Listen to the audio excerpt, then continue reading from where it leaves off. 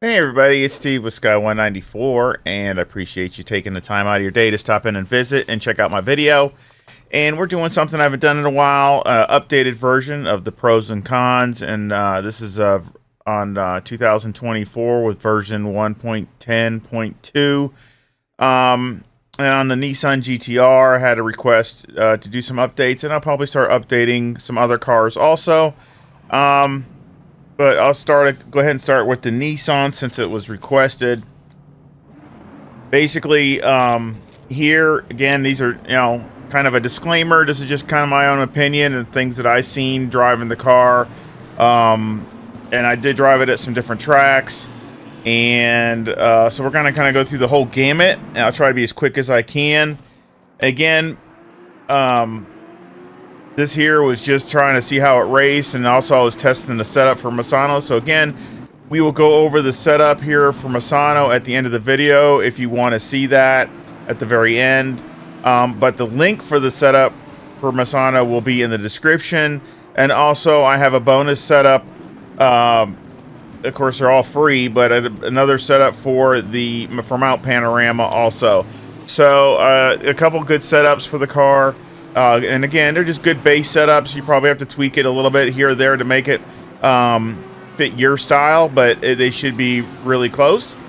So let's get started. And beginning with the cons. Not a lot of cons, to be honest, with the Nissan GTR, but there are a few. The first is it just feels heavy. The car does have a weight to it. And of course, if you drove the 2015, it's even worse. So, by far, and the weight balance is a lot different. So this is on the 2018 Nissan GTR, which is the newest one they've had in ACC. Of course, that being the way it is, with it being on the heavy side, and that's with the standard BOP. It's also slow to basically react. So what I mean by that is you got to give some more input to the steering wheel to get it to do what you want it to do. So, and of course I'm using the standard rotation, the car of what Nissan has. I think it's 620. I think that's what I have it set at. That's what it's set in the game, and it's just slow. The car just you turn, it just doesn't react, and a lot of that is to the weight of the car. Also, it does change in directions. It goes along with that, with it being heavy. Not the greatest at changing directions. Again, you got to put a lot of input into it, and it's not as fast. Going through chicanes or changing the directions. So again, that's definitely a negative on it, which you can lose some lap time there. Another one is fuel mileage, which has always been kind of the Achilles heel of the Nissan GTR. It does make good power, but to sacrifice that, you have to make you got to burn gas. So basically, it really, it kind of hurts it. I think the tank is 130 or 132 liters, so it carries a lot of fuel, and because it burns a lot of fuel. So unfortunately, that is a little bit of a negative. So obviously, especially the faster tracks, you're going to have to run more, carry more fuel around, which makes the heavy part even worse. So just kind of compounds the problem. It also has a normal understeer. So when you first go into the corner, the car has kind of a inherent understeer to the car, and you're trying to minimize that, but the problem there is just the way the car is balanced. You get kind of a mid-corner push, and then you get a oversteer coming off, and that's what you're trying to minimize those things to try to get the car to be linear all the way through the corner. But basically that's usually what you're trying to battle, is the way the car wants to understeer going in, and then it kind of wants to push mid corner, and then depending upon your driving style, and I'll tell you right now, like with me, I like getting on the gas very early, as early as possible. So a lot of times exacerbate that by it'll make the car want to push mid-corner, and of course, in coming off, it wants to oversteer. So, you know, you gotta try to maybe slow the throttle input down a little bit and things like that. So again, just things that to make you aware of. And if you get a real bad push mid-corner, maybe, you know, you just got to wait to feed the gas in, which here is a little irritating to me because I like to, again, get on the gas very early. The straightaway starts whenever you start getting onto the gas, pushing down on the gas, even if it's, slowly, but it's still, that's when their straightaway starts. So also another minor con is the gearing.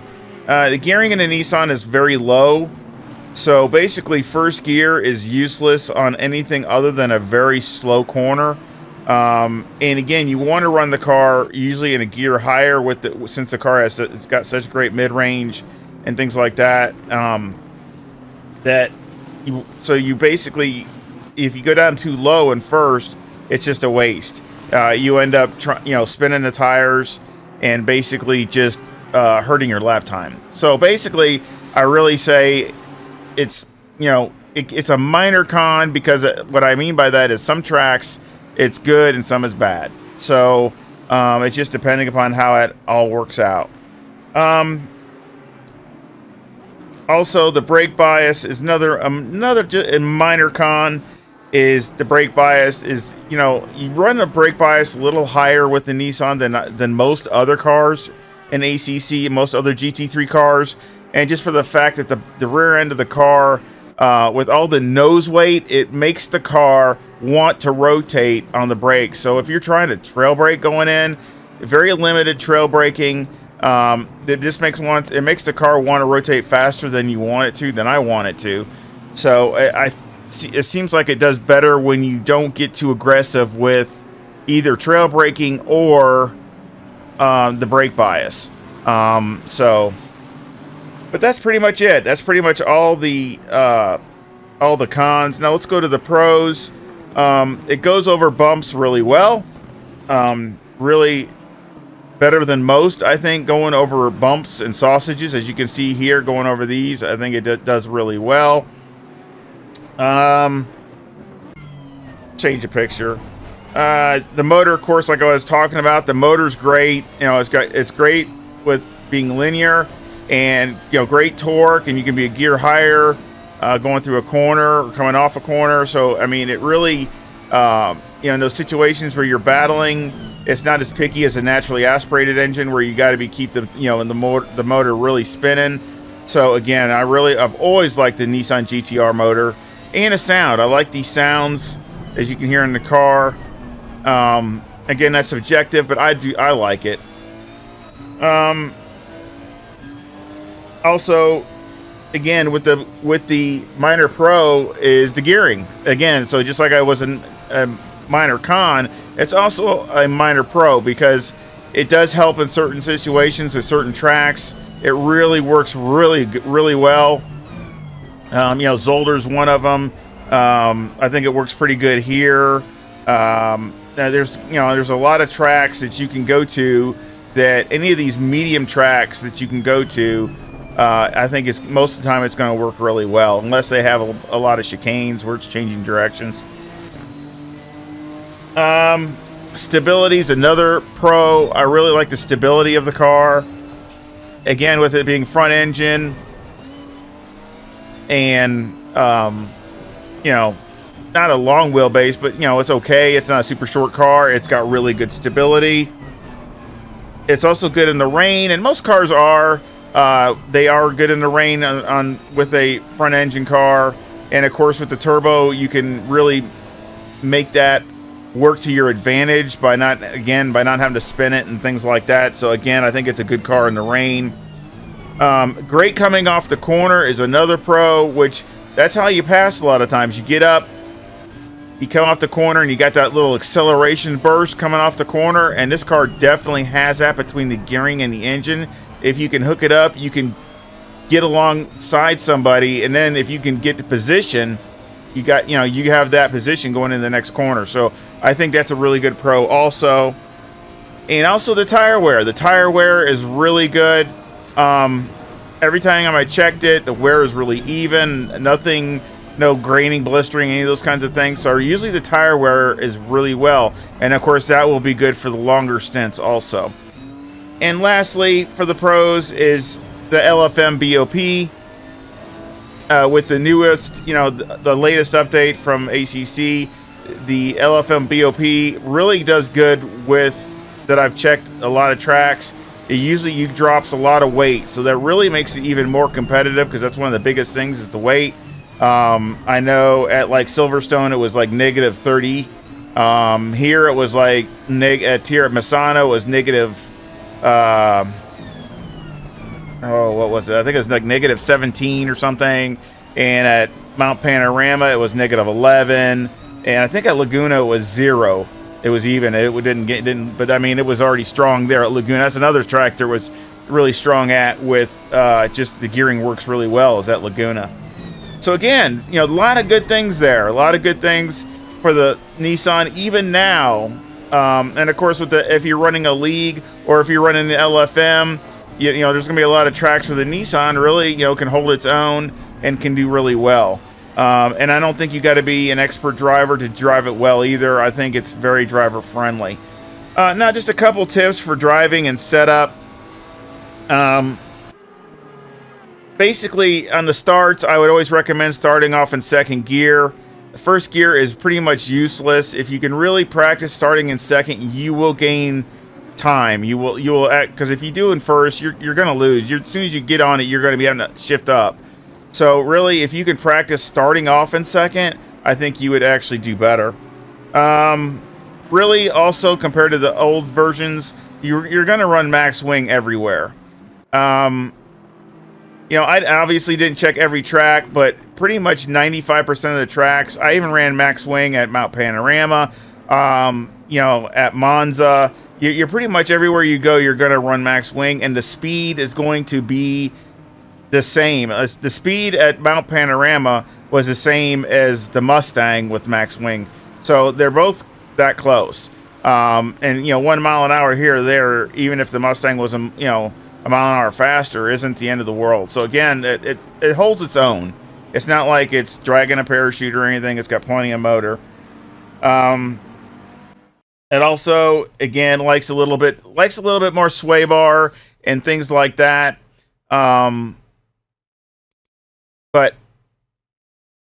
other than that, that's about it as far as all the tips go with driving and setup. It does like a little bit more diff too. If you can run a couple more clicks more diff, it just makes the car more consistent. But that's about it. So now we will go ahead and run over to the setup of the car. Okay, well, we're back here at MISANO. To go over the setup, and I just also wanted to mention that this setup here I did run as far as the Nissan GTR on its own with standard BOP. I did run a 133.98, and I'm sure it could have gone faster, but the car, basically again picked up a good amount from what it was last time. I think it was last time I looked, it was like about 3/4 of a second from my old personal best with the Nissan GTR. So, definitely between the latest update, and, just better setups and things like that, definitely got a lot more performance out of the Nissan. So, again, I thought I was really happy with that. I thought that was, a decent time. And so, again, let's go over the setup. It'd help if I loaded the right setup. So let's load the right setup here.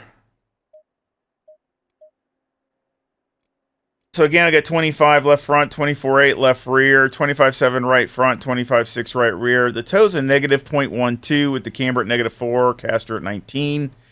Again, with the toe, you can run maybe a little bit more if you would like.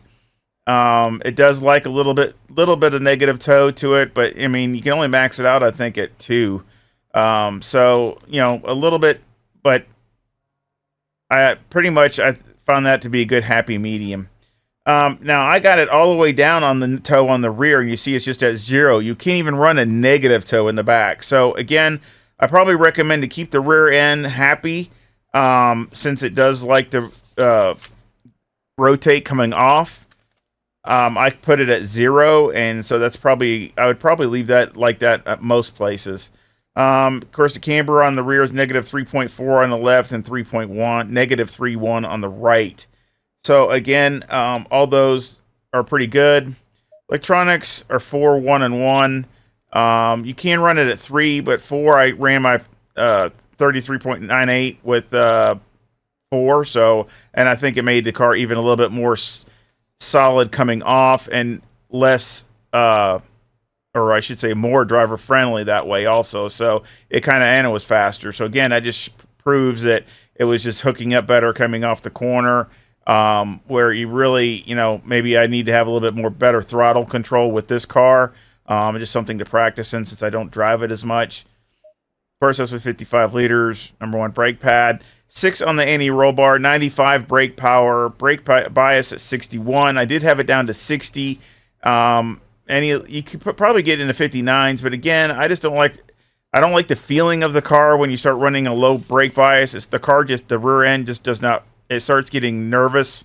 So actually, I run it a little higher and just kind of a point and shoot type of thing. Brake, slow down, go through the corner, get on the gas, and try to get the car to, use the motor, the advantage of the motor coming off. But the springs on the front are 156,000 with a 500 bump stop rate, a 12 bump stop range. And on the rear, the springs are 136,000 with a 700 bump stop rate and a 40 bump stop range. Anti-roll bar's 3 and preload is 140. So again, I tried everything from about 50 all the way up. It's not that it was bad lower, so if you want to go down some, that's fine. But it just seemed like the car was more consistent this way. It did seem like, the car wasn't as nervous coming off the corners. It would want to pretty much hook up and go a lot better and more consistently. So that's why I did it that way. It might cost me a little bit of time, but I always sacrifice a little bit of time if the car is more consistent. Shocks are 2145 on the front and 00415 on the rear. Aero got 56 in the front, 61 in the rear with a max wing and a 4 in the brake ducts, and the front aero variation is a negative 0.9. So again, here in the front, you really don't be afraid to go 1 or 2 clicks up in the front, because the front end does like to hit things as far as ground clearance. So just be aware of that. And of course, that's a track by track basis. Obviously, you want to run it as low as you can.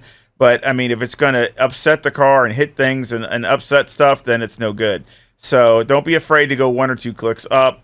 Not a really major deal. So again, I think this setup's really good, and I'm sure it can be used at multiple places. And again, I will leave a link to the mount panorama setup also, which I did gain, I think, a half a second there or something like that also. So it's still not as strong as I would have liked it to be, as far as like compared to like an AMG or something like that. So a car that's kind of similar in age and makeup.